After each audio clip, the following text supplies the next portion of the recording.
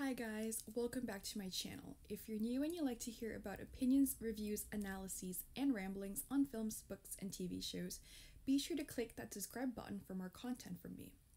Today we're doing Book Talk, my thoughts, reactions, and reviews on a book that has been on my TBR. And today's Book Talk is on The Folk of the Air Trilogy by Holly Black. So, I've been trying to do a theme with my makeup and my videos. So today's theme is fairies, obviously. So today I tried to do a fairy inspired look. I used the Wings Club ColourPop Just Like Magic's palette and face crystals as well. If I am blinking too much, by the way, or squinting, it's because I'm wearing contacts, because I'm pretty sure glasses don't work well with face crystals. So bear with me, I haven't worn contacts since my first year of university. Also, I wanted to try to do my hair like Jude did in the book with the horns, but I couldn't do that, so this is the closest. So I'm trying here, and that's all that should matter. So The Folk of the Air trilogy. So it has been on my TBR for so long, and massive shout out to my friend Kayla. I'm not sure if you're gonna watch this, but hi Kayla. She was the one who has been insisting that I read this book. And to be fair, before I told her I've had this book on my TBR, it has been on my TBR for over a year or two, because I have been seeing it around on BookTok and Bookstagram. So I finally got around to actually reading the trilogy on my flight back from vacation. So it was a 4-hour flight, and I finished Cruel Prince and the Wicked King within those 4 hours, and then I did eventually end up finishing Queen of Nothing, and I also finally read and finished the short story How the King of Elfham Learned to Hate Stories. So the biggest question that I got the most when I posted I was reading the trilogy was whether it was a good rec or if it's overhyped. So long story short, yes, it is a great rec if you love fantasy and political fantasy. I feel that the romance is secondary to the fantasy genre, and also it is a massive rec if, just like me, you love the enemies to lovers trope. So what I'm gonna do is I'm gonna do my overall thoughts first, before moving on to my thoughts on the enemies to lovers trope, since it's, again, like I said, one of my favorite tropes. So you guys, if you don't know, I actually have done a video in the past on an enemies to lovers, which is red, white, and royal blue. So I've included a link below in the description if you guys are interested in checking it out, or if you haven't checked it out yet. So overall thoughts. I love the entire trilogy, okay? It's very hard to put down, and it's so compelling in its world building, and it's all told from Jude's point of view. So it's a first-person point of view. So normally I'm not a fan of first-person point of view because protagonists tend to sound hella whiny and annoying, and they make me want to go sleeping with the fishes. And yes, that's a euphemism for something. I'm gonna add this in editing what the euphemism is for, because I'm pretty sure that if I say the D word, YouTube will censor me. So sleeping with the fishes. Anyway, so an example of an annoying, whiny protagonist is Alina in Shadow and Bone. She was unbearable, okay? And I suffered through the trilogy simply for Nikolai Lantsov, and because I thought I needed to read the entire trilogy to understand Six of Crows.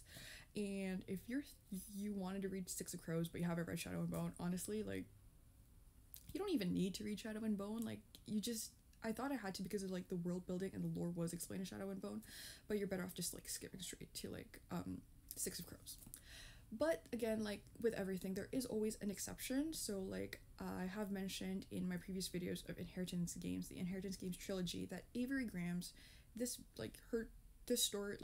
trilogy was written from her perspective, so first person point of view, but she's not as whiny or as annoying as Alina was. So I loved her because she was competent, she's, like I said, not whiny, she's resourceful, and she's brilliant. Insert that Lady Gaga meme when she goes show stopping, brilliant, or something. I forgot how the meme goes, but I'm sure you guys know what we're talking about. So anyway, Jude Duarte, I don't know how do you pronounce her last name? Do you say Duarte or Duarte? So I'm gonna say for mine it's like Jude Duarte. Okay, so Jude, I love her character. Like I cannot stress enough how much I love her. Okay, like Avery, she's resourceful, she's savvy and assertive, and I love that there's a reason for her penchant for violence. Okay, like her stepfather Madoc. I'm gonna say Madoc. Do you pronounce it as Madoc? I don't know. I say Madoc. I'm gonna say Madoc. So anyway, her stepfather Madoc is a general, and like, you know, like you see, like the fact that she saw her parents getting killed in front of her as a kid, like it did a number on her. So yeah, can't blame her for being very violent and angry. And like I said, she's got a lot of anger, and I have to respect it because anger is not seen as a desirable trait in female characters, and when a female character is angry, they usually try to like tone it down. But not for Jude. Like she has every right to be angry, especially with how she's treated by Carden and his friends. Like they harass her for being human, and she's not afraid to stand up to them like as she should. So, Jude, love you. I love the duality of her character because, like I said, she's brilliant and cunning, right? Like, she was able to trick Carden into becoming king, all while binding him to her. But then, there was that scene where she finds, like, a piece of paper with her name written on it over and over again, and all she could think about was, like, oh my god, Carden must hate me so much, and I'm just like, Jude, darling, honey, baby girl, he does not hate you. Like, I don't know how you jumped to that conclusion, but like, I mean, like, yeah, how he treated her, but also like writing your name over and over again on a piece of paper, like that does not scream hatred to me, but maybe that's just me. All right. So overall, she's just a really complex and layered character, and I love her. Like, she's not boring like other YA protagonists tend to be, and she's not whiny. Also, I do love the fact that she killed Valerian, like, in the first book. Like, I love it. And I feel like this is a good time for me to, like, insert a little disclaimer here. I just want to remind people that this is a fiction, and I do not condone, like, real-life murder, but fictional characters can absolutely murder some people, just, like, as a treat, but it depends on the fictional character, okay? Like, there's that disclaimer. So now let's move on to Carden Greenbrier. Oh, I have so many thoughts on this dude, but first and foremost, we're gonna ignore the fact that he has a tail. I choose to ignore the fact that he has a tail. Okay, like that's just me. So anyway, he's an emotionally repressed fairy dude. Yeah, that's him. But then like you find out his backstory, and you're like, okay, I see, I get it. And Kayla and I were talking about this, by the way, and the title of the first book is The Cruel Prince. And yes, the man, the prince, is cruel. And like, he's morally gray, he's complex and complicated, but that's what makes him like realistic because of the layers that his character has. So some people are complaining about like these types of characters, but like that's how morally gray characters and complex characters work. Like, they're not just like occasionally bad and everything bad that they've done is suddenly erased because they did like one massive good thing. Like, that's not how it works. So the thing that surprised me the most was that Carden was introduced as like the youngest son. So I'm like, how did he become king? Like, because like the second book is called Wicked King, right? So I'm just like, he's like sixth in line. Like, how did that work? And when I got to that scene where his siblings and his dad were just getting killed left and right, I'm like, it felt like the YA version of the Red Wedding from Game of Thrones. And I've never seen Game of Thrones, okay? I never got into it, but everyone knows what the Red Wedding is like what it refers to. So it's hella bloody. It's very Game of Thrones-esque, but like YA, which I didn't expect, but I loved. It was like a nice surprise for me, okay? And with Carden, we don't get his point of view much in the trilogy because, like I said, it is told from first-person point of view, which is Jude's point of view. But then when I was reading How the King of Elfham Learned to Hate stories, and it's all from, like, Carden's perspective, I'm just like, you are chaotic and unhinged, and if I haven't loved you before the trilogy ended, like, I'm certainly in love with you by the end of that short story. Like, oh my god, I love him so much. So now let's move on to like the secondary characters and my thoughts on them. So, from the bottom of my heart, screw Locke and Taryn. Okay, like I hate them with a burning passion. So Locke for being like an ass and a jerk who messed with Jude's feelings. Like, bro, come on. Like, I mean, yeah, he's a fairy, but like, still, bro, But my most hated will still be Taryn Duarte. Because, like, girl, that is your sister. That is your twin sister. And you let her get messed around with by your boyfriend, and then you betray her, like, to your stepfather? Like, okay, listen, like, I get it. Family relationships are complicated. Not everyone's gonna have a great relationship with their siblings, yada yada. But she's your twin sister? Like, there has to be, like, some sort of code or morality that applies there, right? Like, ugh. Anyway, I don't think I have genuinely hated a character as much as I despise, like, Taryn. Like, from the bottom of my heart, like, she makes my blood boil. So Jude is like way better than me because like I would have left Taryn to get ripped apart in the third book. So she is on trial for like, you know, like killing Locke, and like, yeah, Locke deserved to get murked, in my opinion. He did. He totally did. He deserved it, let's be real. And like, I just don't think Taryn deserved to be forgiven for all the stuff that she's pulled. Like, I would never have forgiven her. But that's just me. Maybe other people feel like differently. I know Jude felt differently, but like, I wouldn't have forgiven her. Sure, anyway, moving on to the next character, Oak. Oh my god, Oak. Okay, I just think he's adorable, and I'm actually super pumped to read about him in like The Stolen Heir, because I do have that book on my TBR. So he's got, the kid's got great vibes, and Jude adores him, so I adore him. I totally did not see like the twist coming with him being Dane's son. So like that was an amazing plot twist. Like when I was reading it like unfold, I'm just like, damn. Yeah. So and then we have Vivi, the eldest sister. So I liked her, and I'm not gonna deny that she's flawed. Like she is flawed, she's far from perfect, but personally I think she was like a way better sister to Jude than Taryn was, because like, yeah, she's not perfect. She messes up, like, especially with, like, her girlfriend Heather, but, like, she tries to watch out for Jude, and, like, I respect that. I love that, you know, like, yeah.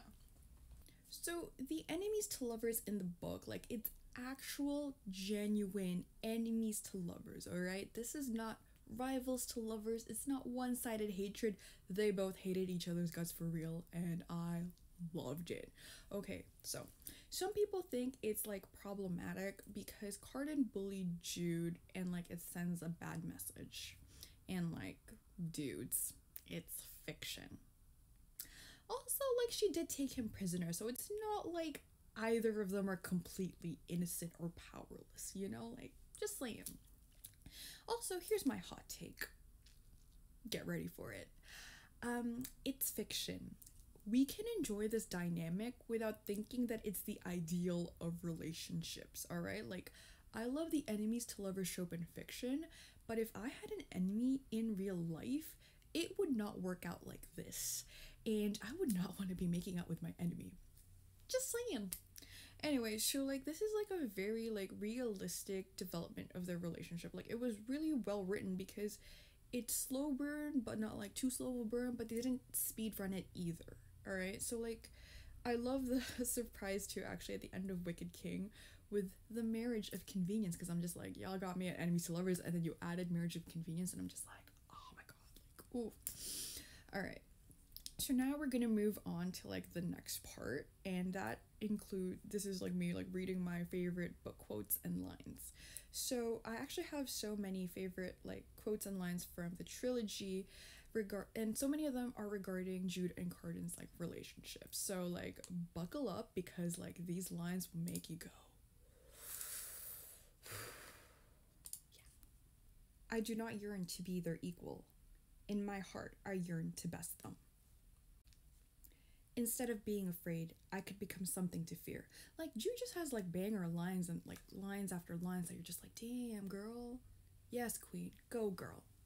Okay, so, like, let's move on to, like, the next one.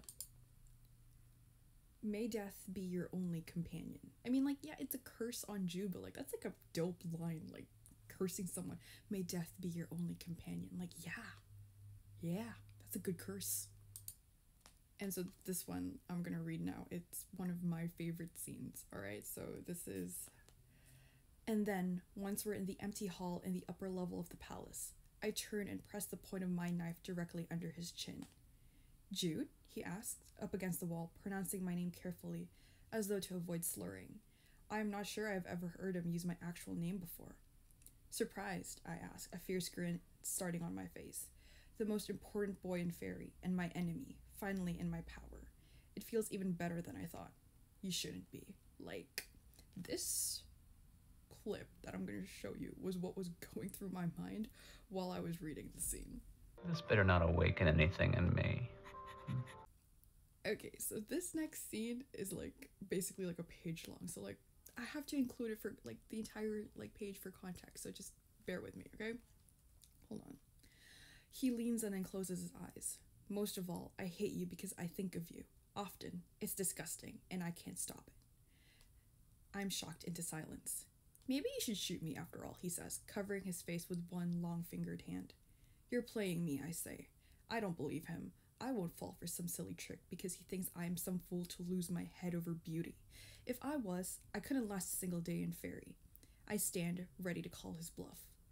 Crossbows aren't great at close range, so I trade mine for a dagger.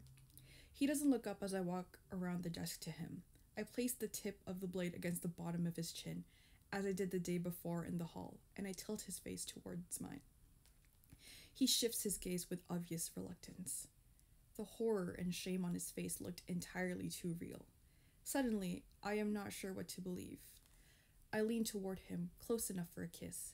His eyes widen. The look in his face is some commingling of panic and desire. It is a heady feeling, having power over someone. Over Carden, who I never thought had any feelings at all. You really do want me, I say, close enough to feel the warmth of his breath as it hitches. And you hate it. I change the angle of the knife, turning it so it's against his neck. He doesn't look nearly as alarmed by that as I might expect. Not nearly as alarmed as when I bring my mouth to his. Like, God, can you imagine? I was like, yeah, I'm good. Okay. So like that's that for the Cruel Prince. So let's move on to my favorite quotes, parts, and lines in The Wicked King. Okay, from The Wicked King. Kiss me again, he says, drunk and foolish. Kiss me until I am sick of it. Damn, sir. His voice falls to a whisper as though he's talking to himself. If you're the sickness, I suppose you can't also be the cure. Okay, like, I'm trying to, like, be normal while I'm reading this, but, like, you see what I'm talking about, right? Oh, buckle up, because this one's another, one. Okay. I hate you, I say, the words coming out like a caress. I say it again, over and over again. A litany, an enchantment, a ward against what I really feel. I hate you, I hate you, I hate you. He kisses me harder.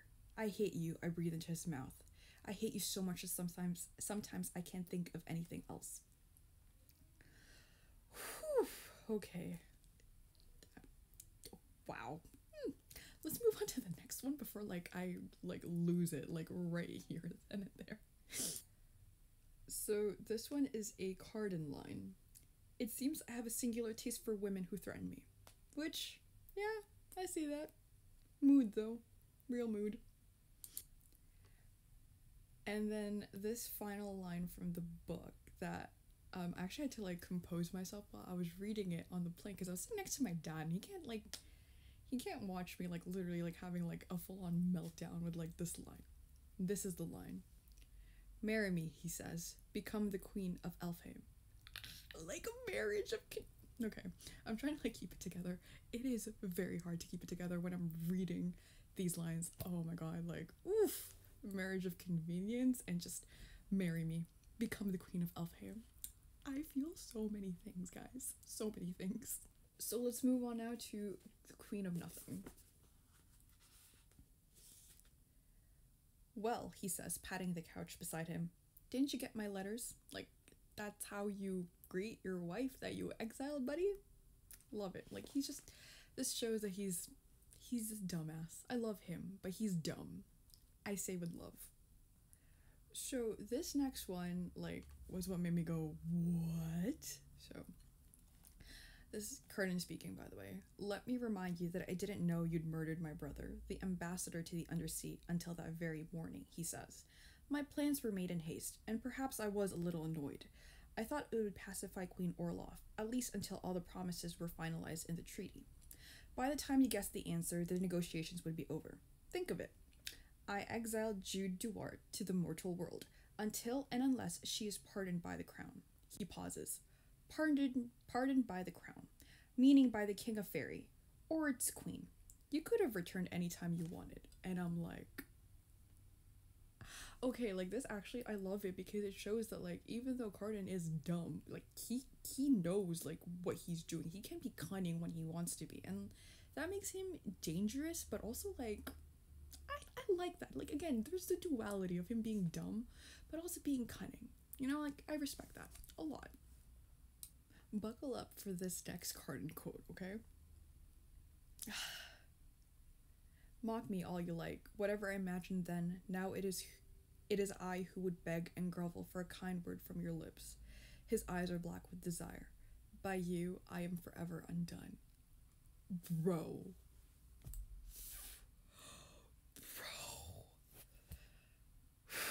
Okay. I need a moment to recover from that.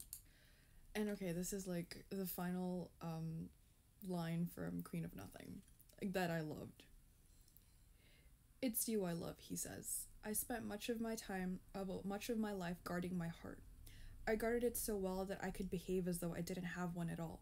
Even now, it is a shabby worm-eaten and scabrous thing. But it is yours. He walks to the door to the royal chambers, as though to end the conversation. You probably guessed as much, he says, but just in case you didn't. He opens the door to prevent me from responding. Abruptly, we are no longer alone. Fand and the rest of our guards stand ready in the hall, with the living council waiting impatiently beside them. I can't believe he said that and then just walked out, leaving me reeling. I am going to strangle him. Like, oof, bro, like,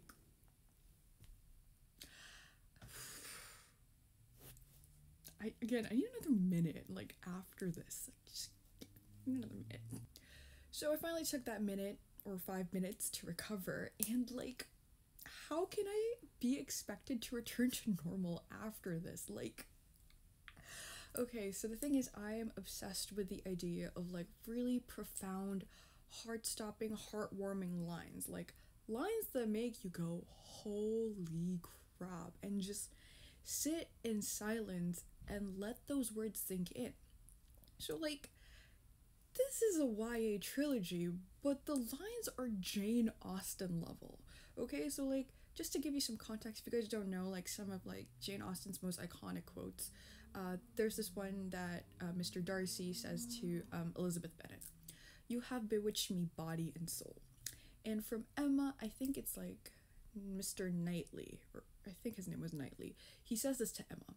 If I loved you less, I might be able to talk about it more. Like, it's poetic and romantic and beautiful. Like, but obviously, like, with Jude and Carden, there's, like, more layers of hatred with them, but it's still, like, at that level, okay? Like, it is so poetic and so beautiful. And it goes to show that there is really, like, this thin line between, like, love and hatred, with love and hatred being, like, two incredibly passionate feelings that are, like, on different ends of the spectrum, it almost seems like, but, like, whew, let me just, like, take another minute. Sure, yeah. Anyway, let's go back to the enemies to lovers, by the way. So, like, these lines that, like, Carden and Jude say to each other, or, like, think about each other, like, these lines show so much of their feelings, and that's why I'm so intrigued and captivated by, like, their dynamic, because it's this hatred that blurs into passionate love that still gets me in my feels to this day. Like, there's the poetic nature of how they interact with each other, like, how passionately they both love and hate each other is, like, what has me, like, so obsessed with them. So this is like a really well written enemies to lovers, and it is honestly the best enemies to lovers like I've ever read. And there's another thing that wasn't technically in the books, but I want to talk about the letters. Okay, so in Queen of Nothing, I did read that part where like the first thing like Cardan says to Jude when she goes back to Fairy after her exile is like, "Did you get my letters?" And so I was like, I'm curious like what these letters said, and oh boy. Cardan must have gone to the school of Jane Austen like male characters because sir, I was not okay after reading like those letters. So actually I had to Google what was said in those letters because the Barnes and Noble edition was the only one that actually had those letters, but mine was not the Barnes and Noble edition. So anyway, I had to like look it up. So here are the letters that Cardan wrote to Jude. Jude, you are perhaps only being overcautious, but I'm writing to inform you that all is settled between the Undersea and Elfhame. The treaties are signed in seafoam and blood. Expectantly, Cardan. Jude, since I cannot imagine there is much in the human land to interest you, I can only suppose your continued absence in Elfhame is due to me. I urge you, come be angry at a nearer distance. Cardan. Jude, you are in no mood for games. Very well. I am in no mood for them either. Let me write it outright. You are pardoned. I revoke your banishment. I rescind my words. Come home. Come home and shout at me. Come home and fight with me. Come home and break my heart if you must. Just come home. Jude. Not even responding to my missives is ridiculous and beneath you, and I hate it. Cardan. To the High Queen of Elfhame. Above me is the same silvery moon that shines down on you. Looking at it makes me recall the glint of your blade pressed against my throat and other romantic moments. I do not know what keeps you from returning to the High Court, whether it is vexation with me, or whether, having spent time in the mortal world, you have come to believe that a life free of the folk is better than one ruling over them. In my most wretched hours, I believe you will never come back. Why would you, save for your ambition? You have always known exactly what I am, and seen all my failings, all my weaknesses and scars. I flattered myself that at moments you had feelings for me other than contempt, but even were that true, they would make but a thin gruel beside the feast of your other greater desires. And yet my heart is buried with you in the strange soil of the mortal world, as it was drowned with you in the cold waters of the undersea. It was yours before I could admit it, and yours it shall ever remain. Can you believe that these are letters? That this is what Cardan wrote to Jude that she never got to read? Like, no wonder readers have high expectations for relationships, because like if a man can write a letter as beautiful as that, like even with all the threats and annoyed tone, like it's hella beautiful. Just the Jane Austen level of writing these letters, like I fear that no one would be able to top the lyrical nature of these letters, or like the stuff that Cardan and Jude say to each other, especially Cardan. So, this brings me like to the end of the video. So, to sum up, the Folk of the Air trilogy is an intriguing, captivating, and beautiful trilogy. Like it's an easy read, and it's so compelling. You can honestly read it within like 2 days or less, like if you're a fast reader like me. So the characters are all like morally gray, well written, and complex, which brings a layer of realism to them because they're not one-dimensional and flat. I absolutely like love Cardan and Jude, both like as separate characters but also like as a pairing. So their backstories are rich and explains so much about why Jude and Cardan are the way that they are. Definitely this is like the best enemies to lovers I've ever read. Like actual enemies to lovers, slow burn, it's well written, and there's like a really good pacing. Also, like Holly Black does an amazing job of showing how passionate both Cardan and Jude are, like both in hatred and in love. Like you would fall in love with their relationship, especially because of, like I said, of all the banger lines and quotes, which leaves you like in awe and breathless due to how lyrical and poetic they are. So overall, like I would definitely recommend reading this trilogy, and like I swear you won't regret reading it. It's not overhyped like other like book talk books, and it's actually like so good, and I'm still obsessed despite like finishing the reading weeks ago. And that's a wrap on the Folk of the Air trilogy. If you've got suggestions for films, books, and TV shows, feel free to comment down below. So the next video will be another book talk, although I still need to figure out exactly which book I'm going to be like doing. So I might do the Agathas, provided that I finish reading it in time, or I'll do another book that's on my TBR. The reason I'm not doing film chat just yet, like another film chat, is because I'm gonna do one at the end of July since I'll be doing a double feature on Oppenheimer and Barbie. Yeah, we're gonna do the reviews and experience in one video for both films because I am ambitious. Anyway, thank you so much for watching. Have an awesome day, and please don't forget to like, comment, or subscribe. See you guys next time. Bye.